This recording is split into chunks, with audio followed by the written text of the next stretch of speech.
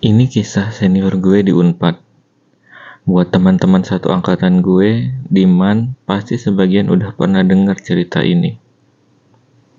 Alkisah, di daerah sekitar Unpad, ada dua desa yang terhubung sama satu jembatan.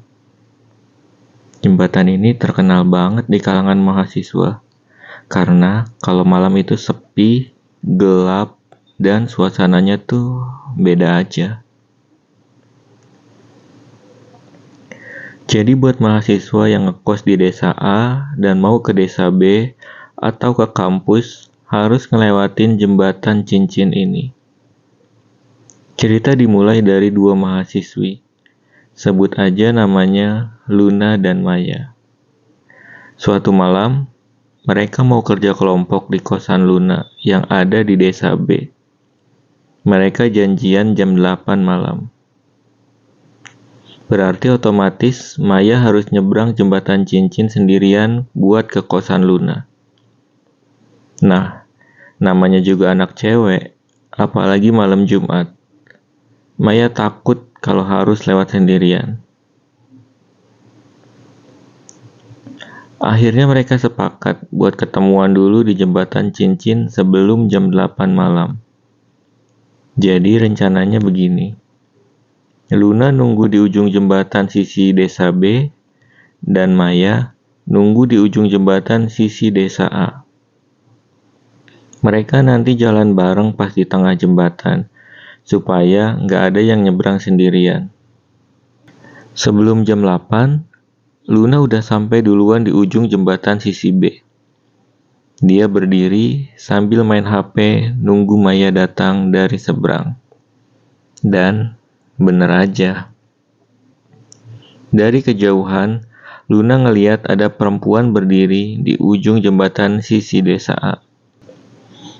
Karena gelap dan jaraknya lumayan jauh, mukanya tuh gak terlalu kelihatan. Tapi Luna yakin itu adalah Maya.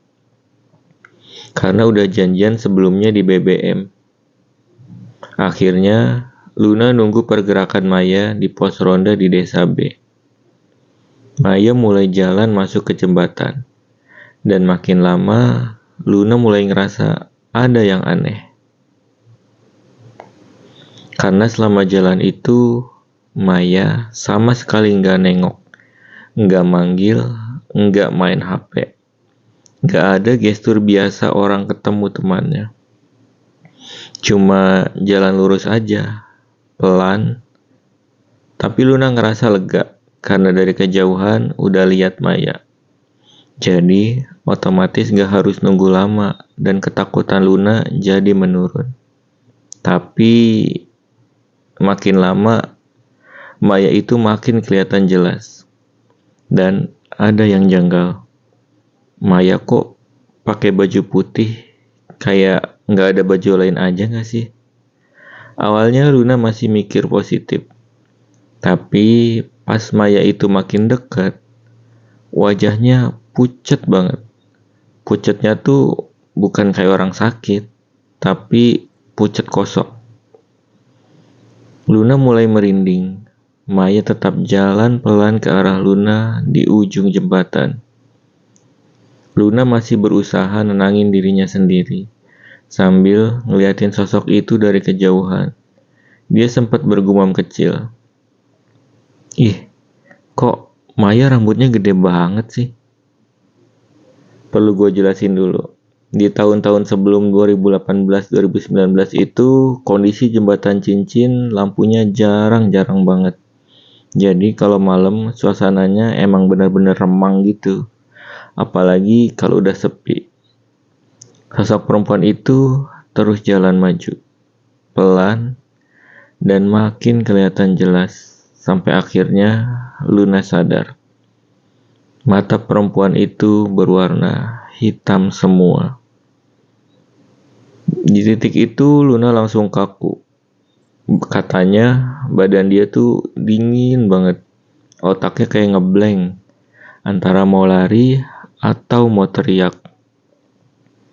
Tapi tubuhnya gak bisa gerak.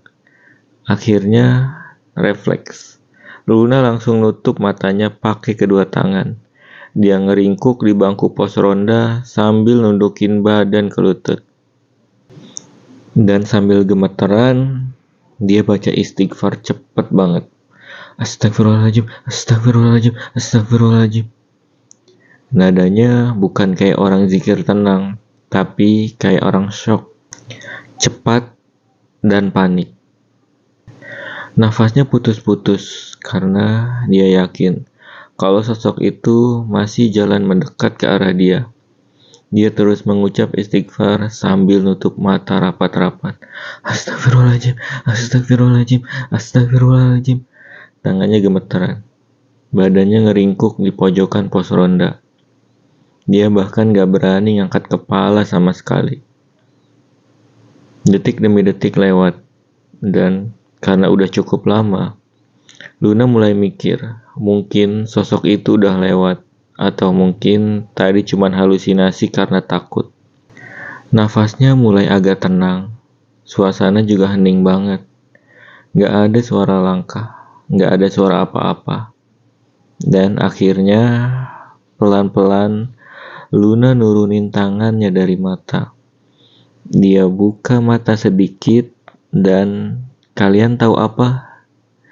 Pas Luna buka mata, sosok perempuan itu udah tepat ada di depan mukanya dia sambil ngucap asapilo, asapilo. Terus sambil geleng-gelengin kepala di depan Luna. Niru gerakan Luna saat beristighfar.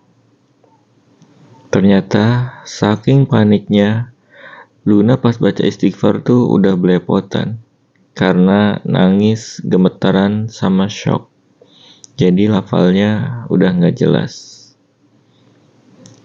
Dan kalian bayangin ya, pas dia buka mata, itu sosok udah ada di depan muka dia, deket banget, dengan rambut gede banget, mata hitam pekat.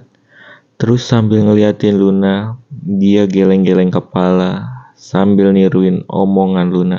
Asapilo, asapilo, asapilo. Kebayang gak sih? Katanya di situ Luna langsung teriak kecil, terus pingsan di tempat. Dan dia baru ditemuin beberapa waktu kemudian sama tukang nasi goreng yang lagi keliling malam-malam di sekitar jembatan itu. Dan yang bikin merinding lagi, cerita ini tuh bukan urban legend random internet. Karena Luna sendiri yang cerita langsung ke junior-juniornya. Bahkan abang nasi goreng juga pernah punya cerita versi dia sendiri.